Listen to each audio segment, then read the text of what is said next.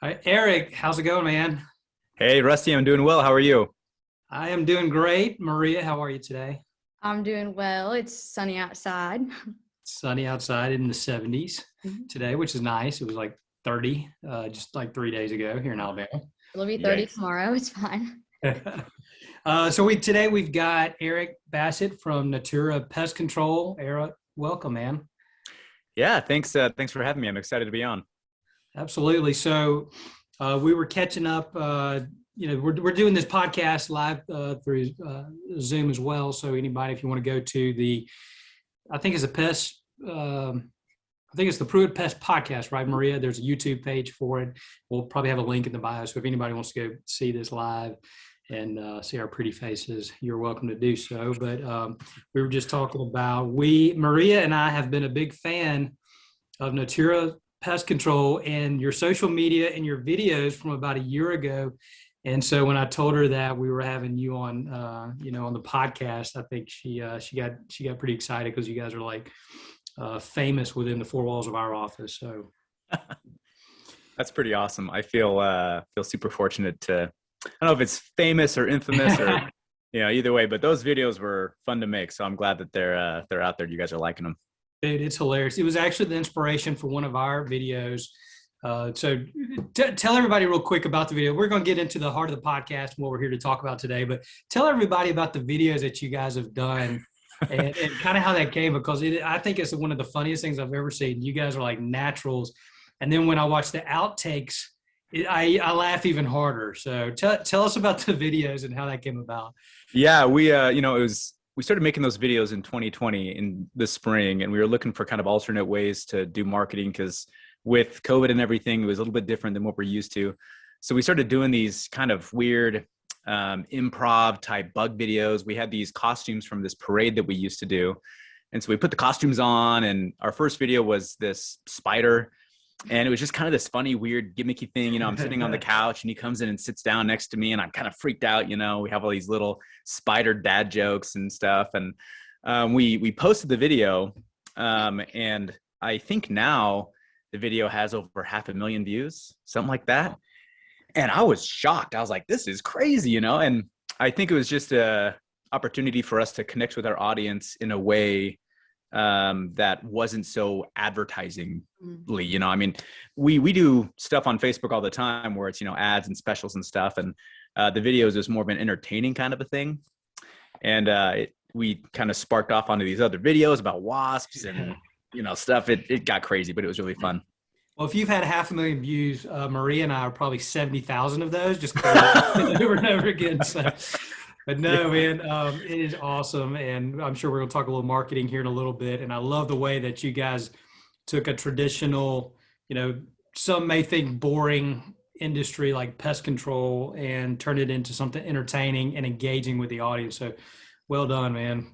Very, Thanks. very cool. So tell us a little bit about who you are and sort of your background. And so we can give our listeners sort of a stage for who we're talking to today. Yeah, absolutely. I started in pest control in the door-to-door space back in 2008. Fresh out of high school, needed to get a job. Went down to California and knocked doors that summer. Crazy hot. Good money though, which was an awesome opportunity for me as kind of an 18-year-old kid. Came back to Boise, started working for a local pest control company here. And I stayed with that company for a long time, and I did summers with that company. And then I did kind of my winters working for DirecTV at a call center they had here locally. And in the call center, that's where I really learned my kind of retention mindset. My over-the-phone sales training was done a lot there. And then coupled with some of the techniques that I learned in door-to-door pest control, that kind of got me into this marriage where the pest control company I was working for said, hey, we're doing this new Google ad thing. And that was kind of new at the time and exciting. And they said, we need somebody who has call center experience and also has pest control experience. And you're kind of the only person who really fits both of those. So I jumped in, kind of helped them get their inside sales process rolling, went through a lot of trial and error, went through a lot of trying to figure out what metrics were important, what wasn't important, what kind of expectations we could have, how our marketing was going to perform. how to pay commissions, all the stuff that I feel like new pest control companies now that are trying to get into the inside sales space are kind of wondering about. Sure. So I went through all that stuff almost 10 years ago, which is kind of crazy to think about. It feels like it's been forever. And that 10 years ago, and that was pretty cutting edge, I would think 10 years ago. When you think of I think that's still a big goal of companies today, much less 10 years ago, not just the putting together a sales plan and comp and all that good stuff, but that's when digital media was really taking off. And I think probably back then, you could do a pay-per-click ad, and before the rest of the world caught on to it, you're probably just killing it. And then of course, as it catches on, everybody and their mom jumps in the pool. But yeah. Now, digital marketing space, the ROI is a little bit different nowadays, where everybody's competing, for clicks, and everybody's competing for, ranking, and SEO obviously plays a big role. So it's a little bit different than it used to be. I miss it. Back in the time, I thought it was kind of complicated. It was new. And I was like, man, all this online digital marketing stuff, whatever, how good could it be? And now, man, I wish I could go back in time and enjoy how simple it used to be. No kidding. Now, so fast forward, coming on board with Natura and moving into the role that you're currently in with the company. Tell us about that.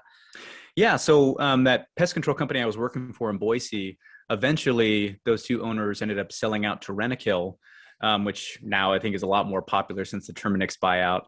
But I had no idea who Rentokil was at that time. So it's kind of a weird thing for me. But I joined Rentokil, and I worked as a kind of a regional inside sales manager for the Pacific Northwest for a few years, training their sales teams, getting them up to speed on a lot of the stuff that I had learned over the years.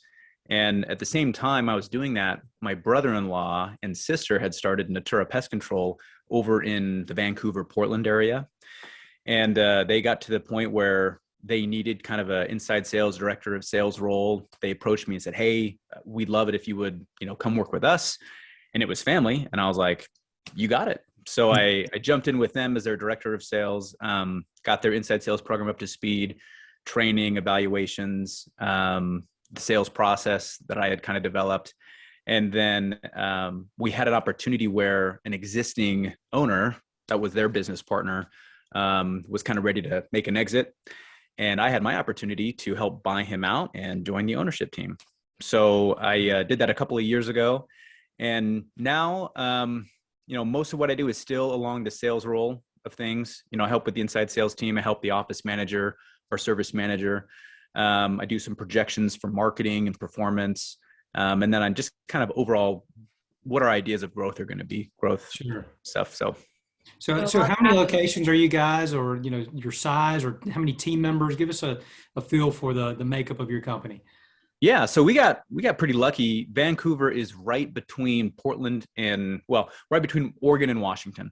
So it's right across the river from Portland, if you're familiar with that area. So we service down into Portland and up into Washington. So we're lucky enough that we can kind of be right in between those two areas. And it's awesome. I mean, that area itself, I think, is 10 million plus people. So lots of access to leads and customers. And then we've got me and three of my business partners. It's me, my sister, her brother, and his brother. So family-run business. And then we've got our operations set up for an office manager and a service manager. Our operation manager runs the teams for our inside sales, collections, routing, billing, all that stuff, general customer inquiry. And then our service manager runs our teams for all of our technicians. So we've got our fire team leaders, and then about 3 or 4 technicians under each one of those guys. Awesome. So it sounds like you guys have had a lot of growth over the last few years, and you've I think you've hit the nail on the head as far as the sales approach to an inside sales team.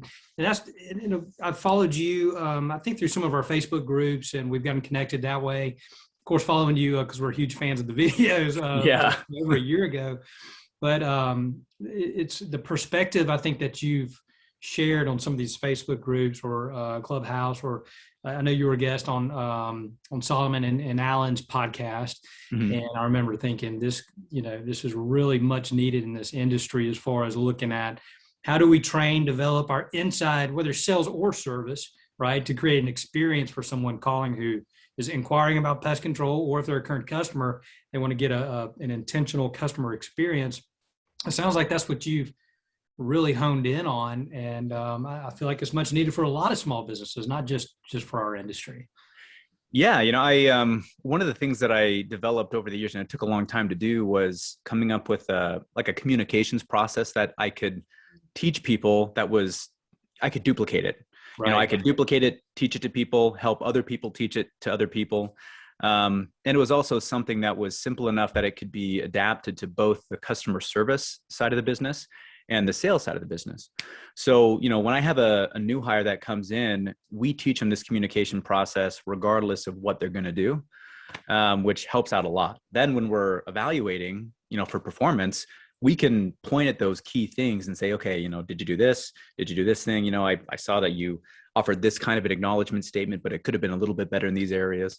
So yeah, honing in a process like that is huge. And I think a lot of companies, either they feel like they don't have the opportunity to make their own process, or they don't have the time. It's probably more likely to make it. So it's a struggle for sure. Well, I know too, with, when you're first getting started out, or when you're smaller, when you have limited resources, as far as, let's say you're a team of 2, 3, 4, 5, and, hey, we need to coach, or we need to train, or we need to go through these things. But then you're also very reactive at that stage in your business, to where, one person calls out sick, that's what, 30% of your workforce. And so, and so it's hard to, time block, okay, we're going to do training at 3:00 on Wednesdays, and then someone calls in, or a customer calls in, and it feels like it derails. But you've got to find a way to fight through those, to when you do maybe get a little bit larger, and you have, again, if you have a team of 15, it's a little bit easier when someone calls out sick, or if a customer, monopolizes someone's time, maybe a little bit longer, and it derails the day a little bit. But how have you guys been able to do that intentionally, as far as the training? And I know you've got 3, let's see, yourself, and you say 3 other owners, is that right? Yeah. Yep. Yeah. Me plus 3. Yep. So it sounds like you guys, y'all obviously take ownership in the business, and you treat it as if it's all your own, because it is. But how have you been able to find time to stay true to that training and that development of your people? I think the biggest thing for us was, we sit down as an ownership team, we talk about what our goals are, what our vision is for the business. And then we kind of systematically figure out who's going to handle what part of that. We've got one of our owners that's big into the financing or financial side of things. We kind of consider her our CFO. And then another owner who is really big into the quality of the service. He's out in the field with technicians, with customers, doing treatments, meeting and talking to people, kind of the face of the company. And another owner who does a lot of the evaluations for our service team, which is super important. So he'll sit down, go through a whole service with one of our technicians, talk about things he did well, talk about areas of opportunity. And then most importantly is coming up with an action plan, commitments to make the improvements, right? So kind of diversifying a little bit and making sure that we all understand what our responsibilities are has helped a lot. And then sometimes you just have to be committed to having the meetings, doing the trainings, because there's always stuff that's going to come up, and it's really, really hard, especially when you're young in business, to not answer the phone. I mean, you have to, right? You got to pick up that phone. So usually we'll pick somebody who's kind of that dedicated person who will provide the support while we're doing a training, and then we'll kind of switch off, or say, hey, for the first 15 minutes of this training, can you kind of manage the phones? And then I'll switch off with you and I'll take notes for you, and we'll follow up. We like to record a lot of trainings. I do a lot of trainings in this same format, where it's kind of like the video conference kind of a thing.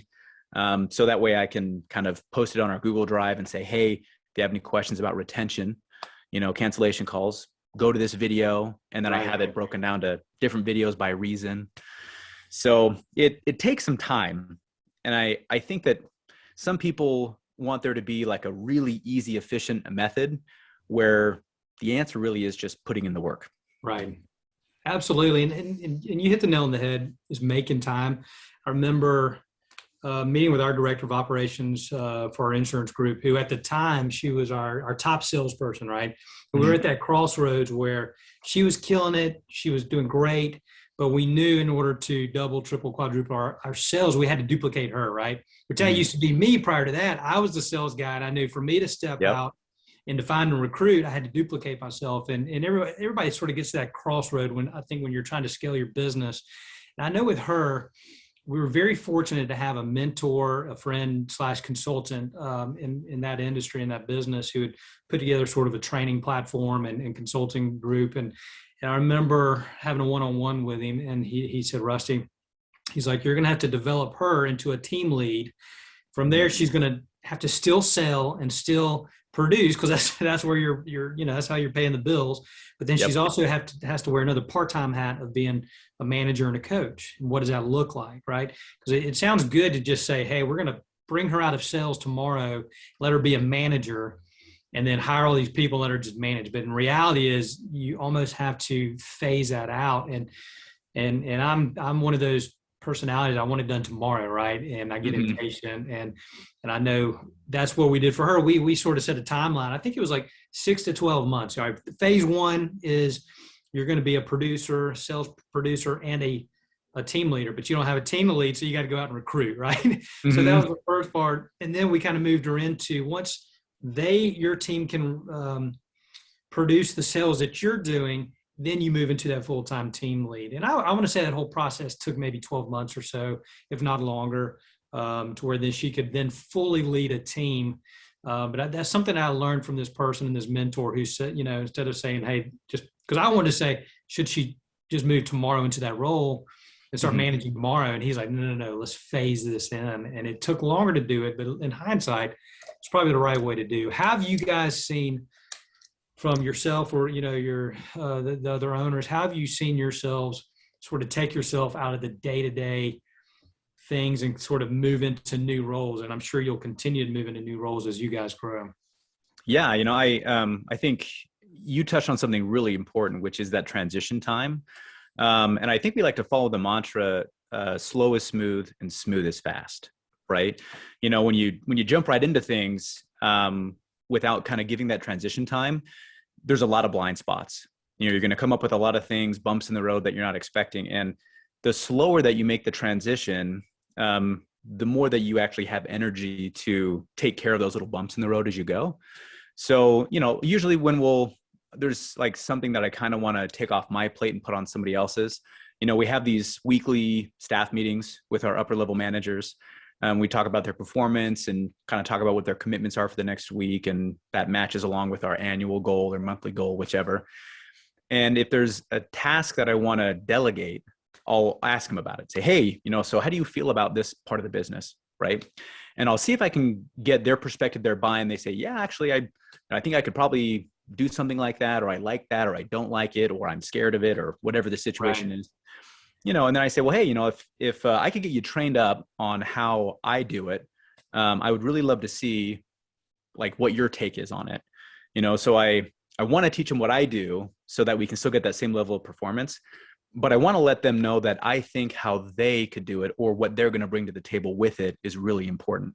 So that way they're not just thinking that they're taking over something for me, but I'm using them as an investment to make the business better. Yeah, that's a great perspective. And I think that also helps us not get caught in the trap. Sorry, I've got this sun in my eyes coming in. Caught in the trap of, hey, do it the way I've always, this is the way I've always done it. Say, you need to do it this way. Well, times change, and we're experiencing that right now where we need to change things up just from the way we did it a year ago. I know that's a really cool perspective. And Maria, there were some writer downers there, so we need to use that in the description. The smooth and the fast, and there's a lot of wisdom in those few sentences you just said, and I'm already taking notes on that. Hey, so we had talked, kind of getting ready for this yesterday. We talked a little bit about sales metrics and tracking, and I picked up on that on your other podcast interview. Which rings completely home to me because that's something we've always done. Again, a mentor of mine told me that years ago, track everything, measure everything.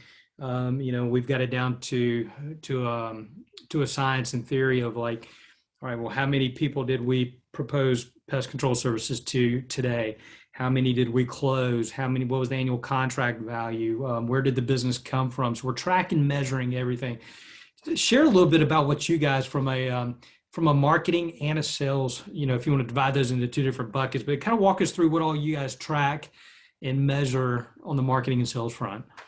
Yeah. So, and I think the easiest way for me to go through it is kind of going from the beginning all the way through the sales process. So, for us, if I'm going to have a campaign out there, right? Say it's a Google campaign or a Facebook campaign or whatever it is. I want to have a way that I can track or attribute the leads to that certain campaign. So there's a lot of ways that you can do that online. That's pretty easy.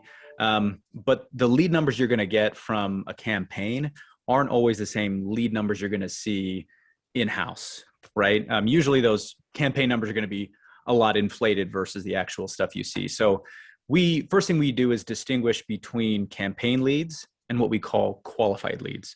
Okay. The qualified leads are the customers that call in and they've got a pest issue that we can solve. They're inside our service area. It's a decision maker, so it's not like a renter calling on behalf of their landlord or something. So we have these kind of criteria to make sure that it's a qualified lead. And then we work through our sales process. We go over, pitching our service, understanding the customer's needs and wants, kind of tying those things together, closing the sale, making sure that all the T's are crossed, I's are dotted. And then if that rep closes the deal, right, then that can either be a one-time treatment or it can be a recurring service. So if they close it, that goes to their closing rate. And that's the first thing that we track, whether or not business was generated from the lead that we took in. And then whether or not it becomes a recurring service or if it's a one-time treatment, we call that conversion. We call it as converting to recurring business, which is a little bit of a different thing than what most marketing people think of as, which is converting a lead to new business or converting an impression to a lead. Right. So we close the deal and then it converts. And then we look at things like if it was a one-time service, we look at average one-time revenue. If it's a recurring service, we look at both the average initial value and the average annual revenue from it. And then we'll look at auto bill pay percentage as well. And then I have a way that I combine all of those stats into kind of an overarching metric that allows me to see how balanced one of my sales reps is. So it's kind of like a quick glance where I can look at their stats and see if they're doing well or not. If they're kind of low, then I can be like, ooh, like what's going on? I need to take a better look here.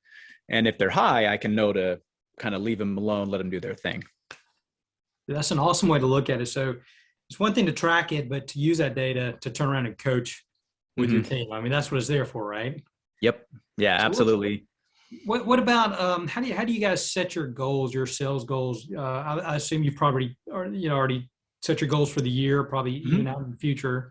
But like in the month of, let's say, February, what would your goals be, and how do you break that down per person, or is it just a company-wide goal? Or kind of walk us into that, and then how do you keep everybody sort of accountable to that to stay on pace? Yeah. So, the first thing, and especially kind of from an inside sales perspective, because we've got a couple of different parts of the business when it comes to growth, right? You've got your existing customer base that you're trying to make sure gets serviced on time, right? So that's kind of a service team metric where it's like, hey, what % of the accounts that were supposed to be serviced got serviced, right? You got to make sure that they operate on a high level there.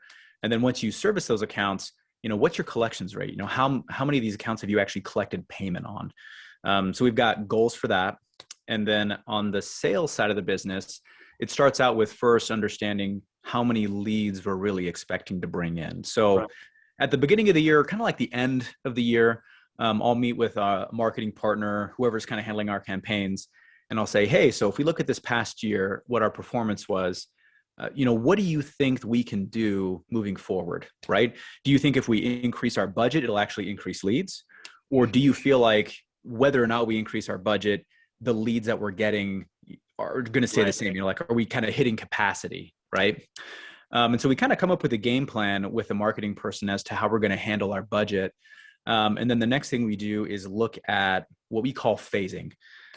So not all pest control companies do it this way. and there's some pros and cons. But if you kind of imagine kind of like a map of the whole year, right? Where you've got, January over here and December over here, and you can kind of track your revenue or lead volume throughout the year.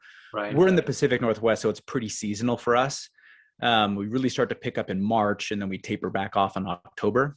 So if I'm talking to a marketing person, I might say, hey, in these January, February months where the demand is lowest because of the weather, I don't want to be throwing tons and tons of money at this. I want to focus my efforts on the months of the year where I'm going to get the best ROI, best bang for my buck. So I'll actually build my marketing budget in accordance to the demand just because my business is more seasonal. Sure, yeah.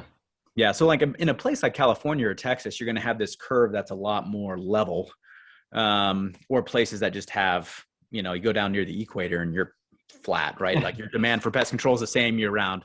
So you might have guys who spend the same money all year long, which is fine. Either way you do it, you just realize you're going to get a different ROI in different months. So we use that phasing model, and that phasing model allows me to both pick what my budget is for those marketing efforts. And then if I can communicate with my marketing partner as to what the ROI is, so like our cost per lead. Right. A lot of guys that are getting into digital marketing will talk about CPL, cost per lead. And that's basically just how much you spend divided by how many leads you get. And I also factor in how much I pay a marketing person to give me those leads too. That's right. kind of an overall cost per lead versus just a campaign cost per lead. So I'll actually try to get an agreement from my marketing person. I'll say, hey, looks like you're trying to get me this number of leads, and I want to know what kind of cost per lead you can try to guarantee. Mm-hmm. And most marketing people will never guarantee a cost per lead. Right. It's just, they're like, hey, we're not in the business of making guarantees because the costs go up and down depending on who else is, trying to vie for that spot. So we'll kind of commit on a general level, and we'll make a goal of what we want that ROI to be. And then based on that number of leads that they're telling me I can get, I will then commit what my team's performance is. So I'll say, okay, I think that my sales team can do this % closing, this % conversion, and they're going to have these numbers for their one-time service, contract value, all this other stuff. And if that's possible, all I have to do is just plug it into the formula we have, and I'll get a dollar amount for each month. So we plug it all into our calendar that we have. It tells us how much we're going to spend on leads. It tells us how much we're going to generate if our sales team can actually hit their metrics. Right. And then over the whole course of the year, if all of that goes according to plan, we will hit on the dot what our number's supposed to be. And if my sales team can do a little bit better, then we'll be a little bit higher, of course, even if my marketing guy doesn't do as well. And that's where it's difficult is I not only plan that stuff out so that I can kind of know how to make goals, but I also plan that stuff out so that I can know where the difference is. I think some pest control companies at the end of the year, it's, yeah, we didn't do as well as we hoped. And it's, well, why not? What happened? What's going on? So I like to be able to have answers for all that. Absolutely. Again, it's tracking the data, and you're projecting out based on the kind of fact. I mean, as far as, tracking, and there's, I think most of us, if not in the past, if not now, we just kind of throw money at something and just kind of hope. And I've been guilty of that even with starting this company, even though I had not had this mentality with our other business. I mean, I'm just going to set it and forget it just so we can track it and let it get going. And then let me put out all these fires and get going. But you get to a point where if you're really going to be serious about it, the cost per lead, cost per sale is going to be huge, especially as it gets more competitive, where you see a lot of the digital marketing maybe wasn't as competitive a few years ago. Now more and more people are getting involved, more people are getting on the Google, guaranteed, they're getting on the social media ads, all that good stuff. Talk about capacity when it comes to an inside salesperson. Okay. So for example, let's say I'm one of your sales reps, and all I do is sales. I'm not servicing, I'm not really taking service calls or routing. I'm just solely focused on working leads that come in, digitally or a phone call, however it may be.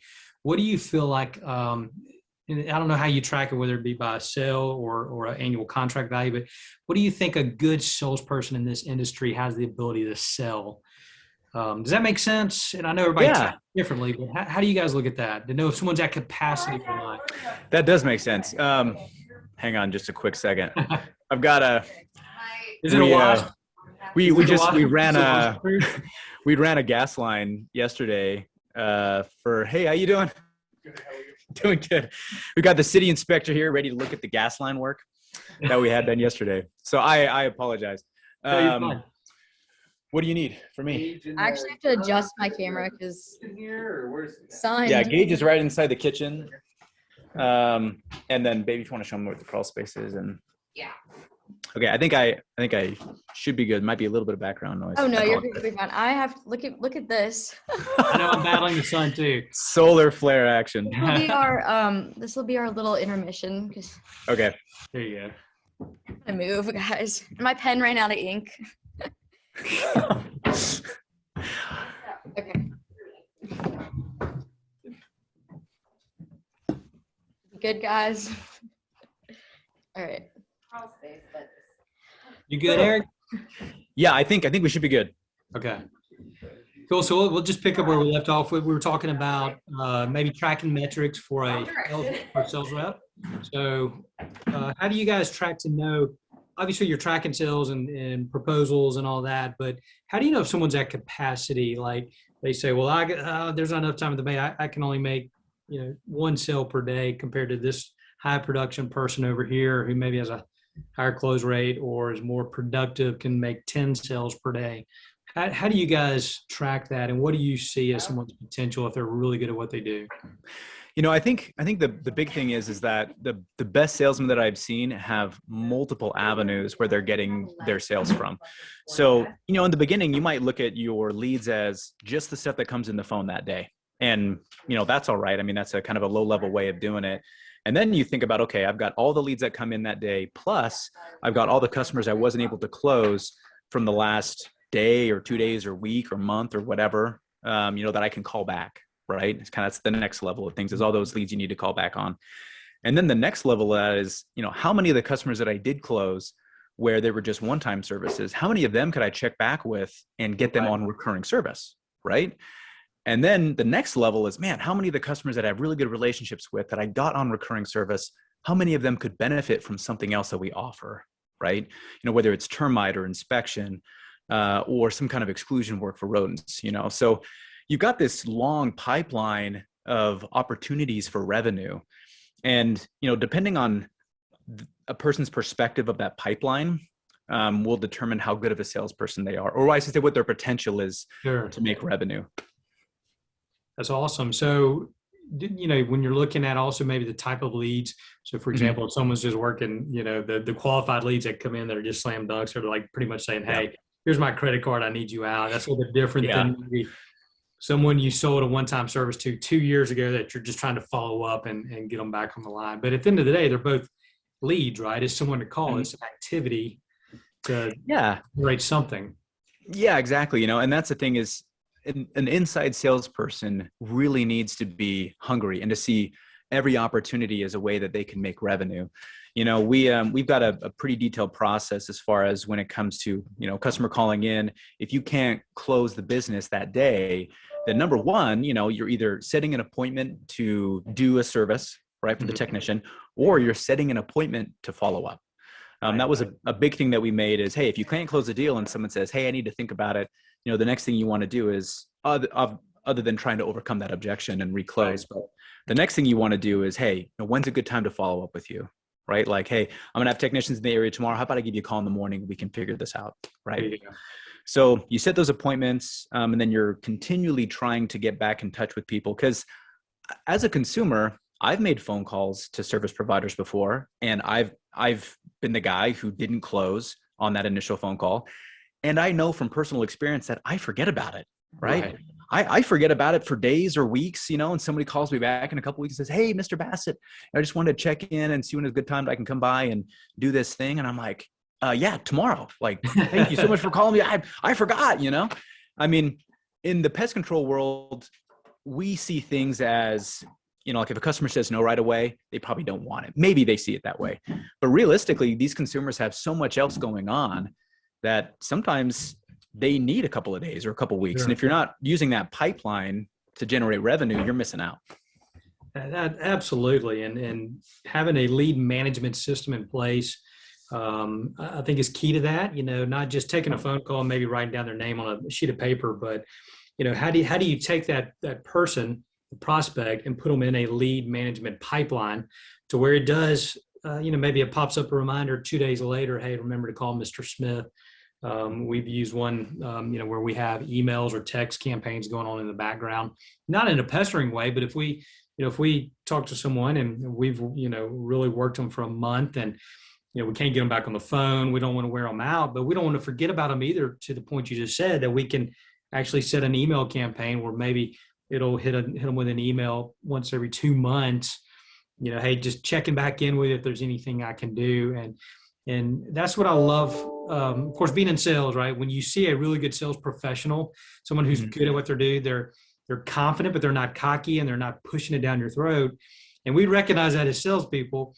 Yep. And when they can do it confidently, and then they're just consistently following up professionally, to your point, it may be 3 months later, you're ready to buy because they're top of mind, and then it's convenient for you as a consumer, right?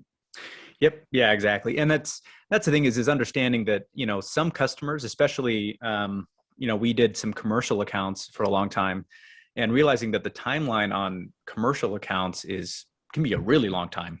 Sure. And those types of guys, commercial sales guys, need to have a really detailed and organized system in place. Otherwise, you don't just lose out on leads, but you lose out on opportunities for high ticket revenues. Yeah, for sure. For sure. Do you guys use a software or a program to track that for like outside sales reps or commercial accounts, or is it kind of an Excel spreadsheet kind of thing? Yeah, so we do a lot of Excel spreadsheets, mostly just because I'm a little bit of a control freak when it comes to some of that stuff.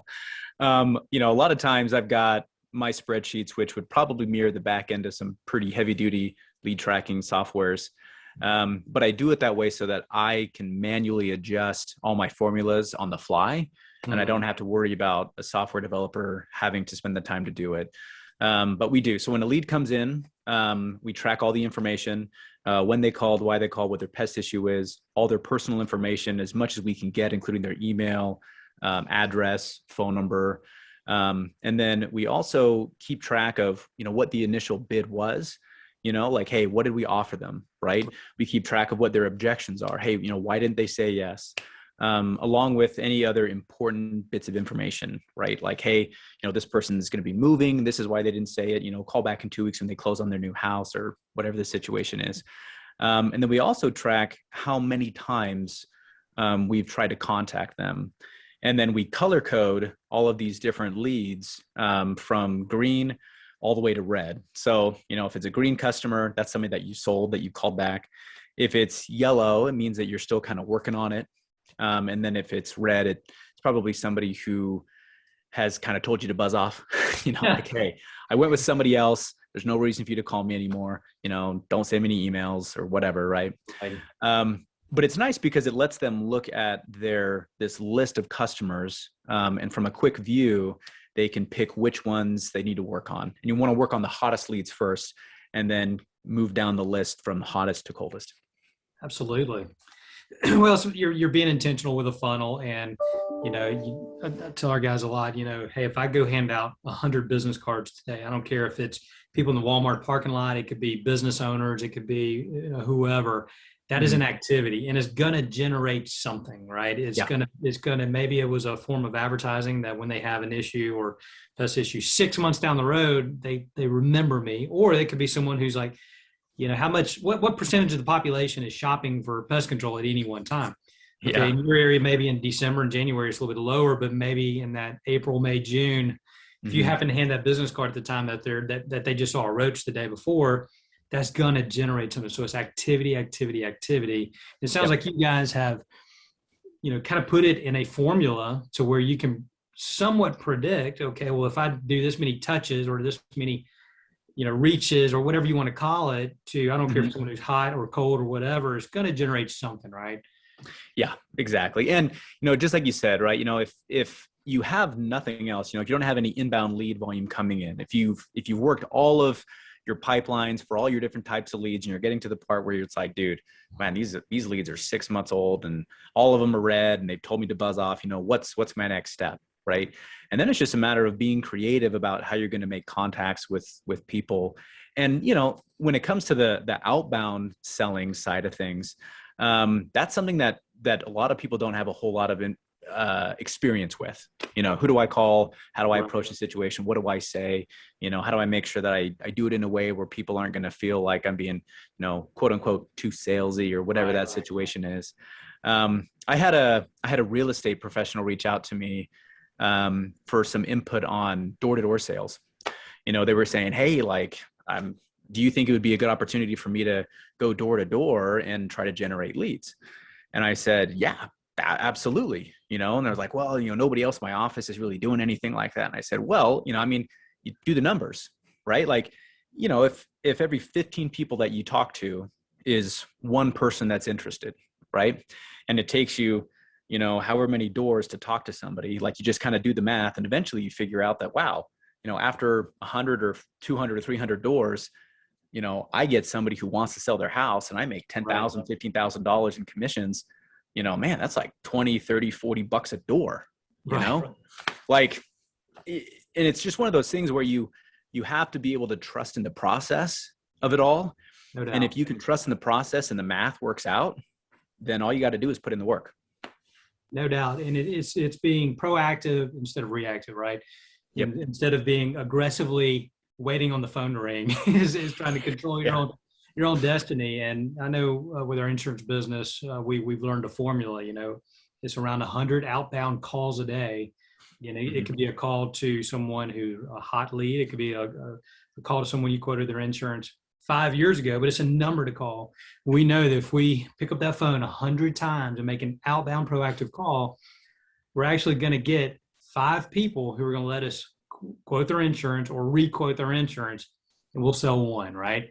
So that means if there are 20 working days in a month, we need to sell 20 new customers. We need to make 100 calls a day. If we need to sell 40 new customers, we need to make 200 calls a day, right? I hate to oversimplify it. And, I think too, it's like you said, trust the process, right? How do you guys, we're going to wrap up here in a second, but how do you guys get people that are new, and I'm sure it's different between people with experience versus non-experience. How do you get someone to trust the process in the beginning? Because it can be overwhelming for someone who maybe doesn't come from a background where they're used to making that many outbound calls or knocking doors or that type of thing. Yeah, I think for new people, a lot of them get tied up in the results. Because right away they're going to be able to see their stats. They take a sales call and they don't close it, or they don't convert as well, or they kind of struggle with pitching the right price, and so their contract value is kind of low. And they end up getting caught up in all of these lag measures, right? All the things that kind of show their performance after the fact, and it starts to kind of drive them crazy. They're like, man, I want to close better, and I want to convert higher, and I want to be able to sell higher ticket items. And for them, I think it's really important, as for new or experienced salespeople, that they need to start focusing on things that they have direct control over, right? It's not, hey, obviously, if you say, I want to close better, that's not really going to help you close better, but if you say, what, every person that I talk to, if I provide this type of close, if this is how I say it, then my odds of closing that customer increase. So I'm going to make a commitment that every customer I talk to, I'm going to close them this particular way, right? And that's something they can directly control. They have absolute 100% power on how they're going to say that. And so we do a lot of our goal setting for both our new and our experienced sales reps, where they'll pick either 1 or 2 commitments to do that week, to improve whatever metric they're trying to go after, but it has to be something they can directly influence. That is awesome. And the difference between a lag measure, you hit the nail on the head, right? There's nothing you can do about that, but you can control the activity that you do that's going to drive that result. And absolutely. I think there's a lot of wisdom in that statement. As we wrap up, one thing I like to ask some of our guests is, we're seeing the world's changing fast, right? And I was just preaching to my kids actually yesterday morning on the way to school about how they've got these cell phones and iPhones and they can Snapchat and talk to their friends, or, a boy likes a girl, how's he calling, contact, all this stuff. And I'm like, we used to, we didn't have cell phones, back in the day. And you'd have to call someone's house phone and, talk to their parents awkwardly to ask for the daughter. And, it's just things have changed. And I know, things change over time, but to me personally, it feels like technology has changed so fast in the last 3 to 5 years. Right. And I use this as an example all the time. Look at what Amazon's done to the retail industry, about how it's disrupted in a lot of ways that we shop. Right. We shop and I've almost got my 77-year-old mom talked into buying her first thing on Amazon, which is a big step. Nice. But she told me the other day it's too easy for my brother just to buy and ship it to her. But anyway, but she is on Facebook, so that's a big deal. But Amazon has disrupted retail so quickly that people are so easy to purchase online and trust it and know the return process. And I feel like that has happened really, really quick, right? Obviously, social media, Facebook, Instagram, the Snapchats, the TikToks. I mean, it's like they can just take off overnight and be like a household name through the technology. Where do you see the future of pest control? If you were to fast forward, in order to, thrive and be viable in this industry 10 years from now, which is one of the reasons I chose this industry. It's not going away. I don't think it'll be disrupted where we're no longer relevant. What do you think it looks like? What technology or what things are coming to this industry that maybe aren't here today or haven't been prevalent that we'll see in the future? I think that from a marketing standpoint, there's going to be a lot of new things that are going to be coming up. I've got a friend of mine who has almost 90% of his leads came in from social media influencers. No Google ads, nothing like, Google local services, none of that stuff. It's just all him making contact with these Instagram influencers, and then having those Instagram influencers, use their leverage for their followers to pitch his service, like, hey, and it's crazy to me. I mean, I was never a big social media guy. And so I kind of I feel like I missed that train, but it blows my mind that can have such an impact on the business. I mean, he'd bring in, for his size of company, anywhere from 800 to 1,000 leads just from these influencers. And his cost per lead with that is crazy low. And I'm like, dude, that's huge. And so, I think a lot of people, they look at some of these situations where, it's whether it's Instagram or Facebook or Snapchat or TikTok or whatever these modes are, and they think, man, that's going to come and go. I shouldn't even bother. And you really kind of have to follow what the popular things are, like what people are spending their time doing. Sure. Because what people are going to spend their time doing is where you want to have your presence. You want to have an ad pop up where somebody's looking through a video or sending a screenshot or a Snapchat or whatever it is, something that's funny, memes, all these things. And you want your ad to pop up. You want to be something that's funny. You want to have something that catches their attention. So for a lot of guys I'll talk to, it's, hey man, lock in all those things that work for you, right? Lock in all that stuff that you've got squared away that have really verified ROI. But every month, pick something that you've never done before. Pick something that is a little bit different, a little bit scary, and try to make a game plan and throw a little bit of money at it. And if nothing happens, then at least right? But if something good happens, then hey, you got a whole new opportunity that has a line of revenue that you've never had before, which is awesome. So I think for the marketing side of things, it's going to be pretty dynamic as we continue to grow. Yeah. I think from the sales side of things, I think there is going to be some space for consumers to do direct to purchase, right? Where they're going to be buying directly offline, directly from people's websites. I know some companies who already do some services like that. But I still think that there's a lot of value from having a qualified professional talk you through the process and sell you the value of that service so that you can feel really good about a purchase decision. Yep. Completely agree. And, some of the examples I've used, even if someone doesn't purchase a plan directly online, but how do we make it more convenient for them, right? So, you've probably mystery shopped your competitors in the past, and we have as well, just to get a feel for like, not just pricing, but like what is the customer experience, right? I've done that with people we've interviewed before. I've challenged them to call around different companies, not to mystery shop, but just to see what kind of experience they get. Like what, and part of the quiz is like, okay, was it easy to reach them, right? Or did it go to voicemail? Or did they say, I'm going to have someone call you back, right? Yep. Or did they say they're going to call you back and then no one ever called you back? And did they make the process easy? And I think that's something our industry can definitely improve on.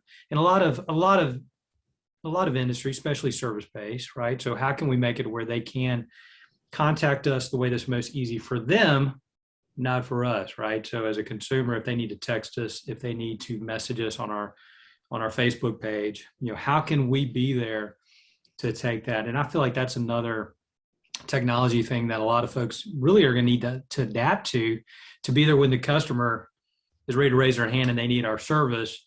But what if it's at 8:00 at night and they're busy and they need to get in touch with us right then? Or anyway, I mean, does that make sense? Is that something you see as far as like making it convenient for the customer, and how do they do that? Yeah, and I think that convenience for customers is a big thing that should be on everybody's mind. If you're a sales manager and you look at your team and you're thinking about, okay, what would make it easier for that customer to say yes? What's going to make it easier for them to make a buying decision? And I think about the technology that's changed.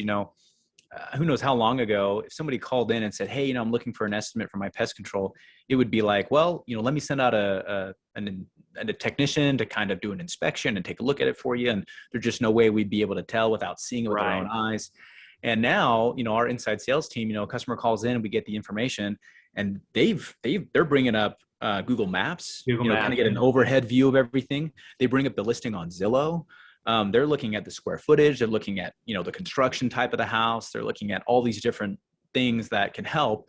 And then they're talking to the customer, and the customer say, hey, yeah, I got this problem, near my back patio. And you're like, okay, like, are you talking like on the back patio with the side with the shed, or, the side with that little nook? And they're like, oh, the nook side. That's crazy. How did you, so it's almost like you're doing this virtual walkthrough with them there, and because you have these tools, the technology is available, like, it makes the customer feel so much more at ease. And the convenience is that they don't have to set an appointment to have somebody come by necessarily. You can do it all over the phone. And we've sold lots of stuff over the phone that I think traditionally people really didn't think was possible. But yeah, I think eventually the convenience aspect is going to become more and more and more popular, where eventually it's, hey, like, pick your pest problem. Great. Like, pick the level of coverage you want to have, what's your square footage. You just pick all these things, just like you're shopping online. And then you say, schedule an appointment. It's like, what do you like? Do you like morning or afternoon? And pick morning, and they say who your technician is going to be, and bam, the next day he shows up. Yep. So completely agree. That is the ultimate convenience, right? And I can do that on my computer, at 9:00 at night, and when I'm not necessarily in the mood to even talk to someone, right? Yeah. Yep. Yeah. And there are a lot of call centers where they'll do 24-hour inside sales for pest control companies, which is great. And obviously there's a premium that you pay as a business owner for that kind of access. But taking out the middleman and having that opportunity for customers is going to be huge. Completely agree. Eric, we're going to wrap up here, man. I cannot thank you enough for your time, for your entertainment with your videos, man. And hopefully everybody's going to be headed to your Facebook page now to check those out. And I appreciate your willingness to share. And that's what I love about this industry, how we can share, on podcasts like this and Facebook groups. There are several Facebook groups. And even if you're listening to this podcast and you're not in pest control, I don't care what industry it is, what I've found is these sort of groups and high level thinking happens in just about every industry. So use that as a resource for sure. And Eric, thanks again for having us. Maria, thank you for getting this set up for us. And any last parting thoughts? I think we covered a bunch, lots of great stuff. I just want to thank you so much for having me on. It's always awesome to connect with, like-minded individuals who want to kind of, it's kind of a zingy term right now, like up-level, the industry, right? I think the more that we can come together and collaborate, the better we can make it for everybody. Absolutely. Eric, thanks so much, man. We'll talk to you soon. Yep. Bye. Thanks, Rusty. See ya.